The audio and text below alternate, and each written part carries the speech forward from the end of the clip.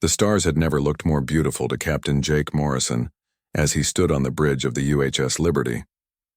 The small viewing window showed Earth hanging in space like a blue marble, peaceful and quiet. Jake knew this might be the last time he would see his home planet looking so calm. In 3 hours, everything would change forever. The communication panel buzzed with incoming messages from the other 11 ships in humanity's defense fleet. Jake could hear the nervous voices of his fellow captains as they ran final checks on their weapons and engines. Everyone knew they were about to face something impossible. The alien fleet waiting just beyond Mars had more ships than humans had ever built in their entire history. Lisa Park turned from her navigation station with worry written across her face. She had been Jake's navigation officer for 2 years, and he had never seen her look so concerned. The readings on her screen showed numbers that made no sense. 300 alien ships, each one bigger than anything humans had ever put into space. Their technology was so advanced that Earth's best scientists could barely understand how their engines worked. Tony Rodriguez checked his weapons panel for the 10th time in an hour. The missiles loaded in their launch tubes seemed like toys compared to what they were about to face. The plasma cannons on the alien ships could probably destroy the Liberty with a single shot. Tony had been a weapons specialist in the Earth Defense Force for 5 years, but nothing had prepared him for this moment. Kevin Walsh emerged from the engine room with grease on his hands and determination in his eyes. As chief engineer, he had pushed the Liberty's fusion drive beyond its normal limits. The ship was running at 110% capacity, which would normally be dangerous. Today, dangerous seemed like their only option. Kevin had seen the technical reports on alien technology. Their ships moved faster than anything humans had ever imagined possible. Admiral Susan Grant's voice crackled over the communication system from Earth's Space Defense Command. Her words were calm and steady, but everyone could hear the weight of responsibility in her tone. She had been given command of humanity's first real space battle, and she knew the odds better than anyone. 12 human ships against 300 alien vessels was not a fight that anyone expected to win. The Zilithian Empire had sent their ultimatum 3 days ago. Their message was simple and direct. Surrender immediately or face complete destruction. The aliens had given humanity exactly 72 hours to decide. Most of Earth's leaders had wanted to accept the surrender terms. The Zilithians had conquered dozens of other species across the galaxy. Fighting them seemed like suicide, but Admiral Grant had made a different choice. She had studied every report about alien technology and tactics. The Zilithians always followed the same pattern. They sent overwhelming force against their enemies and crushed resistance with superior firepower. Every species they had conquered had tried to fight them the same way, using traditional military tactics and losing badly. Jake remembered the briefing where Admiral Grant had explained her reasoning. If humanity was going to lose anyway, they might as well try something different. The human ships were smaller and weaker than anything the aliens had ever faced. Maybe that could be an advantage instead of a weakness. Maybe being unpredictable could help them survive longer than anyone expected. The Zilithian scout ships had been watching Earth for weeks. Their reports back to the Empire described human technology as primitive and laughable. Human ships used chemical rockets and basic fusion drives. Human weapons fired simple projectiles and crude energy beams. The aliens had technology that was thousands of years more advanced. Admiral Kethron of the Zilithian Fourth Fleet had read those reports with amusement. His own flagship was larger than Earth's entire space fleet combined. His weapons could destroy planets, and his shields could deflect anything humans might fire at them. The battle would be over in minutes. After that, the Empire would add another conquered world to their collection. The Zilithian Supreme Council had debated whether Earth was even worth the effort of a proper invasion. General Vextar had suggested simply destroying the planet from orbit and moving on to more important targets. But Zilithian protocol required offering surrender terms to every species they encountered. It was a matter of maintaining their reputation across the galaxy. Jake watched his crew prepare for battle and felt proud of their courage. None of them had any real hope of survival, but they were all willing to fight anyway. That was something uniquely human, he thought. Other species might be smarter or stronger or more advanced, but humans never gave up when things looked impossible. The countdown timer on the main screen showed less than 2 hours remaining. Soon the Zilithian fleet would move from their position near Mars toward Earth. The human ships would intercept them somewhere between the two planets. It would be the shortest space battle in galactic history, and probably the most one-sided. Lisa called out readings from her sensors as the alien fleet began to move. Their ships accelerated smoothly and silently through space, maintaining perfect formation. Each vessel was positioned exactly where Zilithian tactical doctrine required. Their approach was textbook military strategy, efficient and overwhelming. Tony armed all of the Liberty's weapon systems and tried not to think about how useless they probably were. The missiles in their tubes had been designed to destroy other human ships or large asteroids. Against alien shields and armor, they might not even leave a scratch. The energy cannons were barely more powerful than mining equipment. Kevin pushed the engines to their absolute maximum output. The fusion reactor was running so hot that warning lights flashed across his control panel. Under normal circumstances, he would shut down immediately to prevent a catastrophic explosion. Today, an explosion might be the best outcome they could hope for. Admiral Grant's final message to the fleet was short and simple. Fight with everything you have. Use every trick you know. Make them remember that humans do not surrender easily. If this is our last battle, let's make it one that the galaxy will never forget. Jake took his position in the captain's chair and watched the alien fleet grow larger on his main screen. In 1 hour, the most impossible battle in human history would begin. 12 small ships crewed by humans who had never fought in space before would face 300 vessels from an empire that had never lost a war. The stars still looked beautiful, but now they seemed different somehow. Soon they would light up with weapons fire and explosions. Some of those lights would be human ships dying in the darkness of space. Jake gripped the arms of his chair and prepared to give orders that would probably be his last. The first shots fired in the battle came from the Zilithian fleet exactly as Admiral Kethran had planned. Brilliant beams of plasma energy lanced across space toward the approaching human ships. The aliens had calculated the perfect firing solutions based on standard military tactics. Every shot was aimed where human vessels should have been if they followed normal combat procedures. But the human ships were not where they should have been. Captain Jake Morrison had ordered the Liberty to dive toward the Martian atmosphere at the last second. The plasma beam meant to destroy his ship instead passed harmlessly through empty space. Around him, the other human captains were making equally unexpected moves. The UHS Defiance tried to use an asteroid field as cover, weaving between rocks that should have torn the ship apart.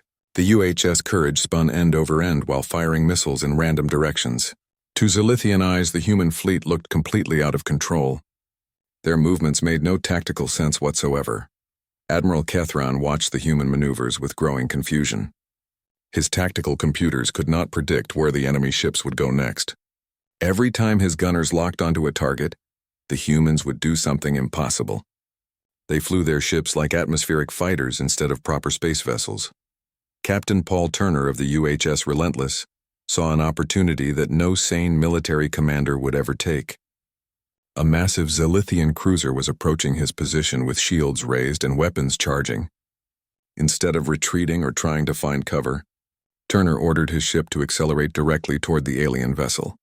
The Zilithian crew aboard the cruiser watched in disbelief as the small human ship rushed toward them like a guided missile.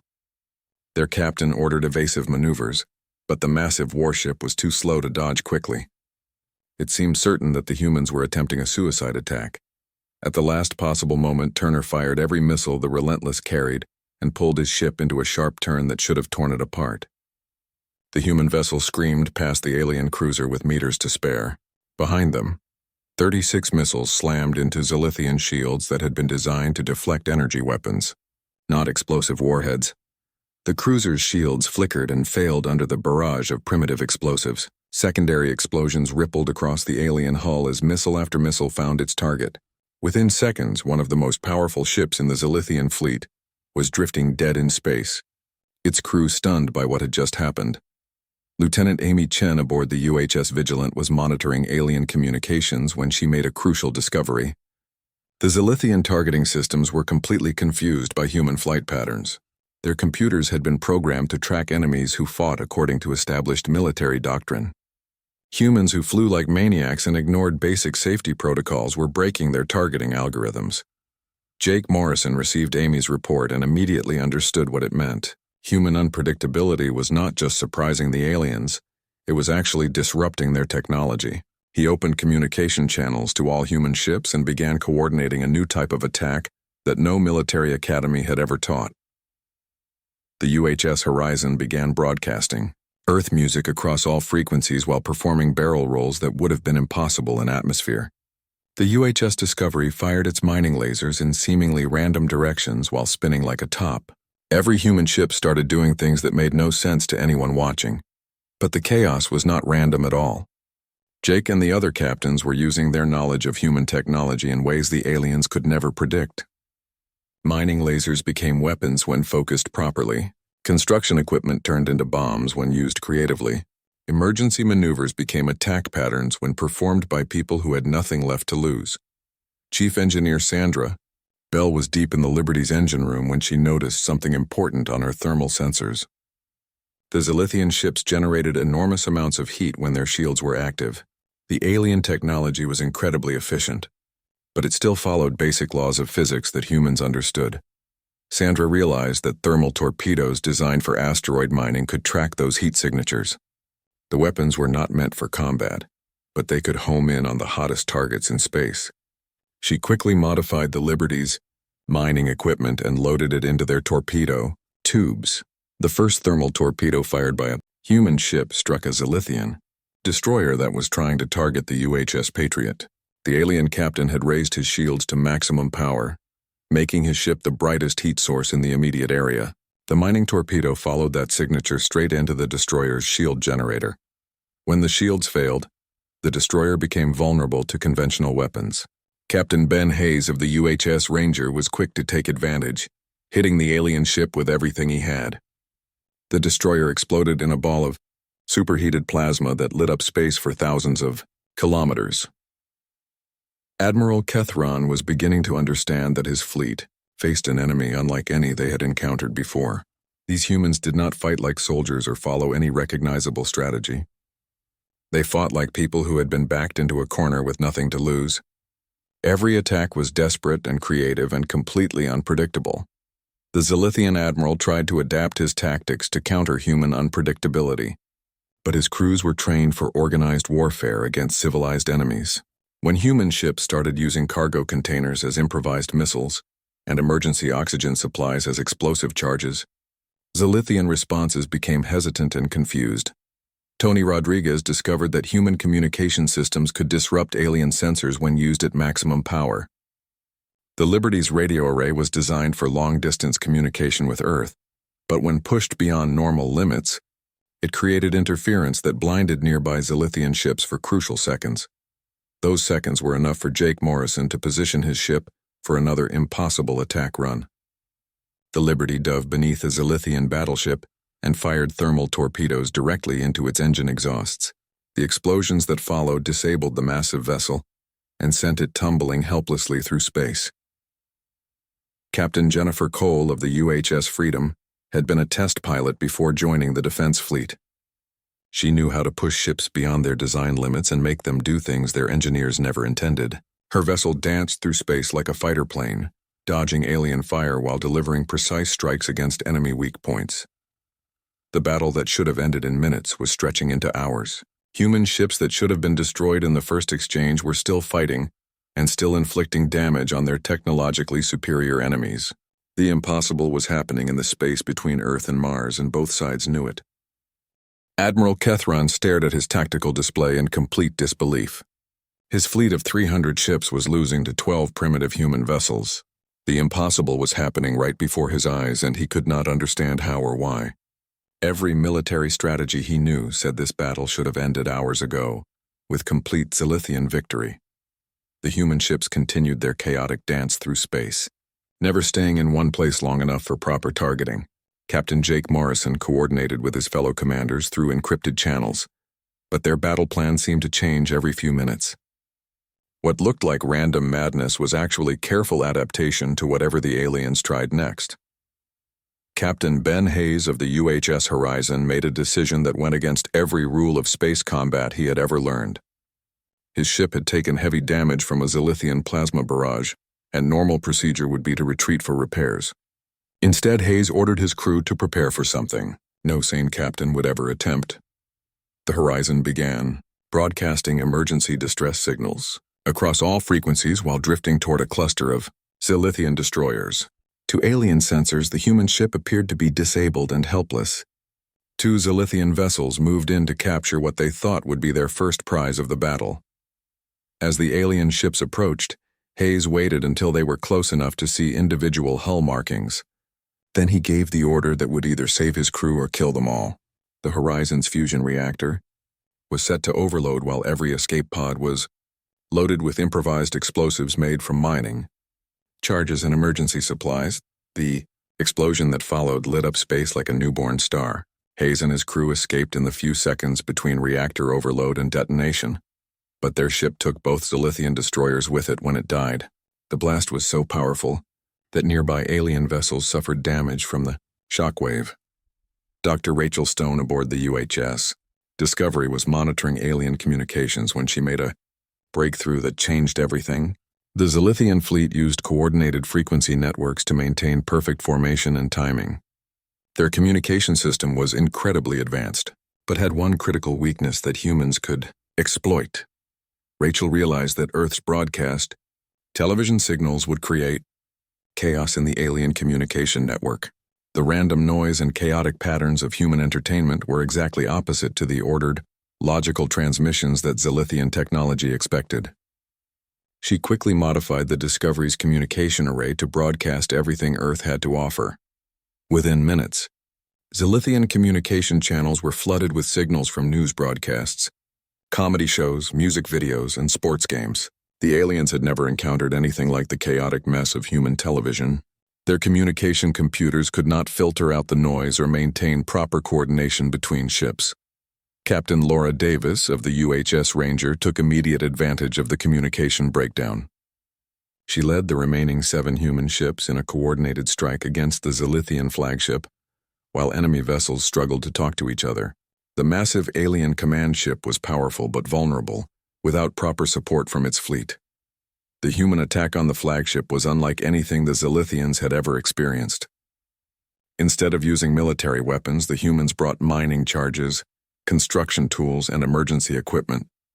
They turned asteroid mining explosives into ship-killing bombs and used industrial cutting lasers as precision weapons. Kevin Walsh pushed the Liberty's engines far beyond their safety limits as Jake Morrison led the attack run on the flagship's bridge section. The fusion drive was running so hot that it glowed white-hot, but Kevin knew they only needed it to work for a few more minutes. After that, nothing else would matter. The Zilithian flagship tried to defend itself with point defense weapons designed to stop missiles and energy beams. But the human attack included things no military designer had ever considered. Construction robots were used as guided missiles, supply containers became explosive charges, and even emergency life rafts were turned into weapons. Tony Rodriguez fired thermal torpedoes that had been modified with communication equipment. When they struck the flagship's hull, they began broadcasting human television signals directly into the alien ship's internal systems.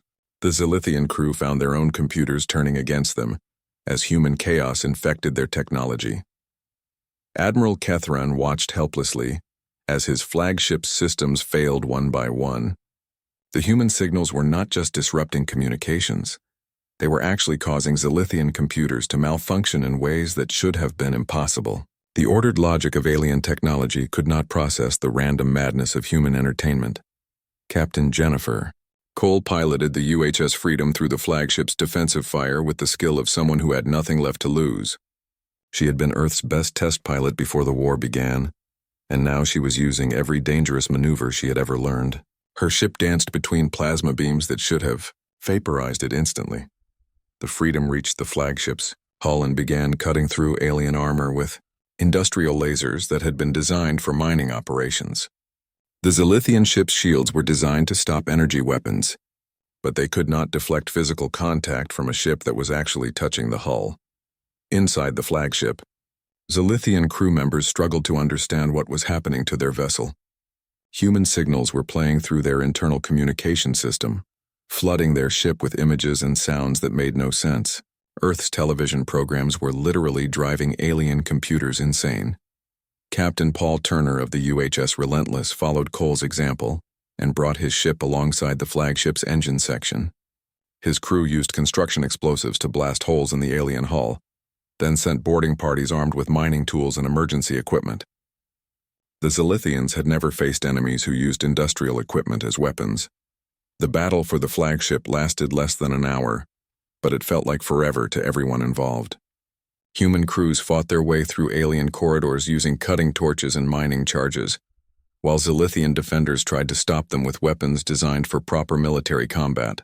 The chaotic human attack overwhelmed organized alien resistance. When Admiral Kethran realized his flagship was lost, he made one final desperate decision. He activated the ship's self-destruct sequence, hoping to take the attacking human vessels with him when his ship died. But even this last act of defiance was turned against him by human unpredictability. Jake Morrison had anticipated the self-destruct and ordered all human ships to use the flagship's explosion as cover for their next attack. As the massive alien vessel tore itself apart, human ships rode the shockwave toward their next targets, using the flagship's death as a weapon against its own fleet. The destruction of the Zilithian flagship sent shockwaves through space that went far beyond the physical explosion. Admiral Kethran had been more than just a tactical commander to his fleet. He was their psychic coordinator, a living link that connected every ship and crew member in ways that humans could never understand. When he died, that connection died with him. Captain Jake Morrison watched the alien fleet's formation begin to fall apart as individual ships started making their own decisions. Some vessels retreated toward Mars while others attacked wildly in all directions. A few simply drifted in space as their crews struggled to function, without the psychic guidance they had always depended on. The Zilithian Empire had built their military doctrine around the concept of unified command. Every ship was designed to work as part of a larger organism, with decisions flowing down from central command through psychic links that ensured perfect coordination. Without that coordination, their technological advantages became meaningless. Captain Paul Turner realized what was happening before anyone else in the human fleet. He had studied alien battle reports during the long journey from Earth, and noticed that Zilithian fleets always moved with impossible precision. Individual ships never acted independently or showed any sign of creative thinking. Now he understood why. Turner opened communication channels to the remaining human ships and explained his theory. The aliens were like a body that had just lost its brain. Their ships were still functional and dangerous, but they could no longer work together effectively. This was humanity's chance to turn a desperate defense into an actual victory. Engineer Danny Foster aboard the UHS Patriot was studying the technical readings from destroyed Zilithian vessels when he made a discovery that changed everything. The alien ships were not just psychically linked through their crews. Their power systems were also connected in ways that allowed them to share energy across the entire fleet. Danny realized that this energy-sharing system had a critical weakness. If one ship's power core was overloaded in exactly the right way, it could create a feedback loop that would spread to other vessels.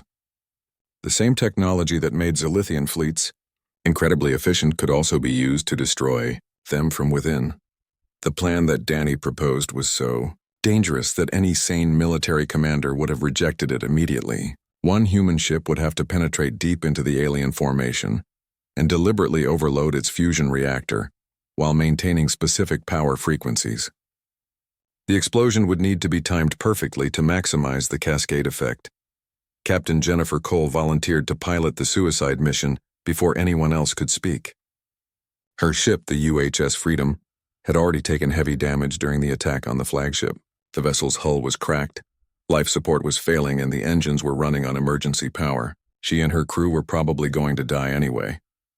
Cole's decision sparked immediate protests from the other human captains, but she cut them off with words that would be remembered for generations. She reminded them that every person in the fleet had volunteered to die for Earth. Now she was asking for the chance to make that death count for something more than just buying a few extra hours. Jake Morrison coordinated the final attack while struggling with emotions he had never expected to feel. The impossible was happening all around him. 12 human ships were actually winning against 300 alien vessels. But victory was coming at a price that made him question whether it was worth celebrating. The remaining human ships formed a protective formation around the Freedom as Cole began her final approach toward the center of the alien fleet. The UHS Liberty, UHS Patriot, UHS Ranger, and UHS Discovery used every weapon and trick they had learned to clear a path through the confused Zilithian ships. Captain Laura Davis pushed the Rangers' engines beyond their breaking point, while firing mining charges converted into guided missiles. Her ship's hull glowed red-hot from atmospheric friction as she skimmed through the upper atmosphere of Mars to gain speed for the attack run. The maneuver should have torn her vessel apart, but somehow the human ship held together. Tony Rodriguez aboard the Liberty discovered that thermal torpedoes could be programmed to target multiple heat sources simultaneously. He created a chain reaction of explosions that cleared the path ahead of Cole's ship while confusing alien targeting systems with dozens of false heat signatures scattered across the battlefield. The Freedom pushed deeper into the alien formation while Cole's crew prepared their reactor for controlled overload. Engineer Sandra Bell had worked with Danny Foster to calculate the exact power frequencies needed to trigger the cascade effect. The timing had to be perfect, or the sacrifice would accomplish nothing. Zilithian ships tried desperately to stop the approaching human vessel, but their uncoordinated attacks were easily avoided by Cole's superior piloting skills. She flew the damaged Freedom through plasma fire and missile barrages with the precision of someone who had accepted death and found peace in that acceptance. As the Freedom reached the optimal position within the alien formation, Cole opened communication channels to the rest of the human fleet. Her final message was simple and direct. She told them to remember that humans never surrender, even when facing impossible odds. Then she gave the order to begin reactor overload. The explosion that followed was unlike anything ever seen in space combat. The Freedom's fusion reactor overloaded in a carefully controlled cascade that sent specific energy frequencies racing through the Zilithian power-sharing network. Within seconds, those frequencies reached critical components in dozens of alien ships. Jake Morrison watched in amazement as ship after ship in the alien fleet began to suffer power failures and system overloads. The cascade effect spread faster than anyone had predicted, jumping from vessel to vessel through the energy links that had once been the Zilithians' greatest strength. 50 alien ships lost power simultaneously as their reactors shut down to prevent catastrophic explosions. 20 more suffered complete system failures that left them drifting helplessly in space. The cascade effect continued spreading until nearly half the remaining Zilithian fleet was disabled or destroyed. Captain Danny Foster watched the technical readings with professional satisfaction, mixed with grief for the crew that had made it possible. The Freedom's sacrifice had accomplished something that should have been impossible. A single human ship had crippled an entire alien fleet using nothing but courage and creative engineering. The surviving Zilithian vessels found themselves outnumbered for the first time in the battle. 6 human ships now faced less than 70 functional alien vessels, and the aliens had lost their coordination advantage.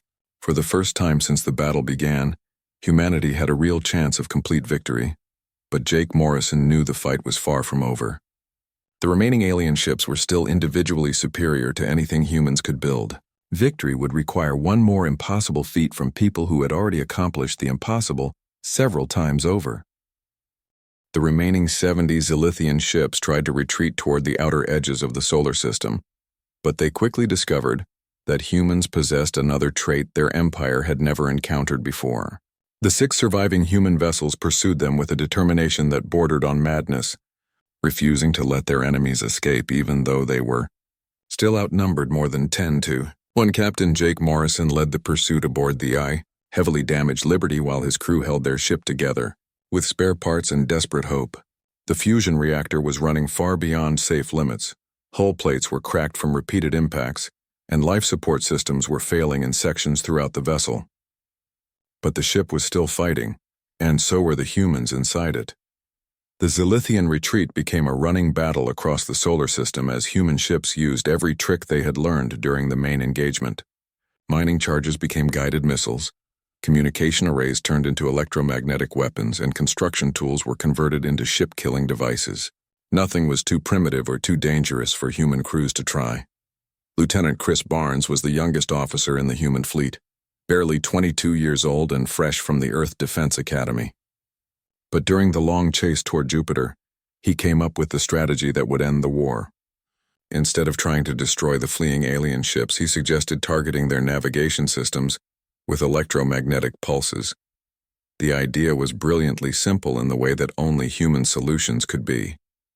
Zilithian ships depended on precise navigation computers to calculate the complex mathematics needed for interstellar travel.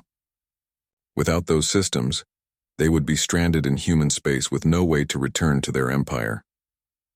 Captain Paul Turner of the UHS Relentless was the first to test Barnes's theory. He modified his ship's communication array to generate powerful electromagnetic pulses and fired them at a fleeing Zilithian cruiser.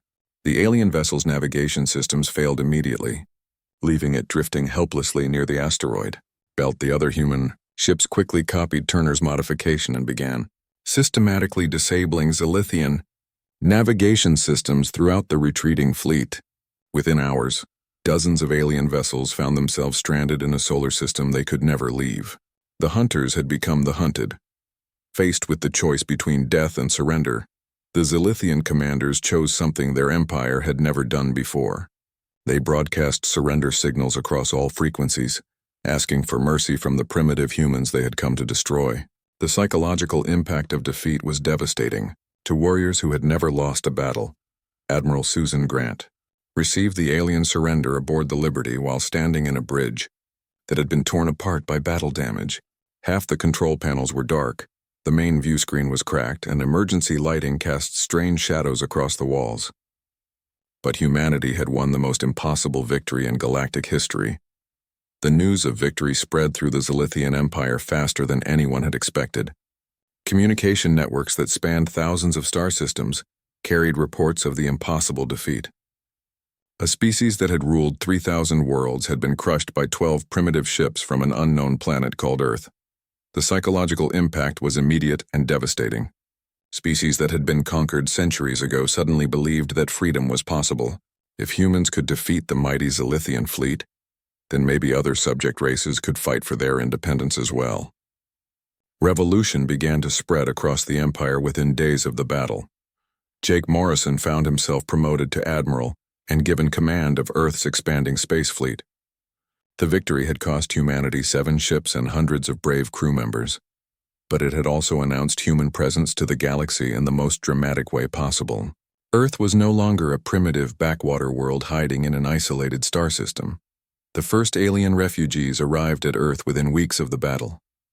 They were former Zilithian subjects who had heard about the human victory and wanted to see the species that had accomplished the impossible. Ships from dozens of different worlds began appearing in Earth's solar system, all seeking alliance with the new galactic power. Captain Laura Davis was assigned to coordinate refugee operations, while Earth's leaders struggled to understand their new situation. Humanity had barely been capable of defending one world, and now they found themselves responsible for protecting thousands of different species across the galaxy. The victory had created obligations that no one had anticipated. The captured Zilithian ships provided humanity with technology that was thousands of years more advanced than anything Earth had ever produced. Human engineers worked alongside alien refugees to understand propulsion systems, weapons technology, and communication networks that opened up possibilities beyond imagination. Dr. Rachel Stone led the effort to reverse engineer alien technology while maintaining the creative chaos that had won the battle. She realized that human unpredictability had been their greatest weapon, and they needed to preserve that advantage even as they gained access to superior technology. The key was combining alien efficiency with human innovation. Engineer Danny Foster became the leader of Earth's new Starship construction program. His task was to design vessels that combined the best of human and alien technology, while maintaining the flexibility that had made victory possible. The new ships would be more powerful than anything humans had ever built, but they would still be unmistakably human in their chaotic creativity. The Zilithian Empire began to collapse as world after world declared independence and requested human protection. The empire that had stood for millennia crumbled within months as the psychological impact of defeat spread through their territory. Former subject species looked to Earth as a symbol of hope and freedom. Tony Rodriguez found himself training new crews on hybrid, human-alien weapon systems while trying to preserve the improvised tactics that had won the war. The challenge was teaching conventional military doctrine while encouraging the kind of creative thinking that had turned mining equipment into ship-killing weapons. Jake Morrison stood on the bridge of Earth's new flagship and looked out at a fleet that included ships from dozens of different worlds. Humans, aliens, and hybrid crews worked together to patrol a territory that grew larger every day. The species that had almost been wiped out was now the protector of half the galaxy. The war that was supposed to last minutes had changed everything. Humanity had inherited a galactic civilization that they barely understood, along with the responsibility to protect thousands of species who looked to Earth for leadership. The victory was complete, but it was also just the beginning of humanity's journey to the stars. Captain Morrison smiled as he watched his mixed fleet patrol the edges of human space. The impossible had become routine for the species that refused to surrender. Now they would have to do the impossible again, this time by building a peaceful galaxy from the ruins of a fallen empire.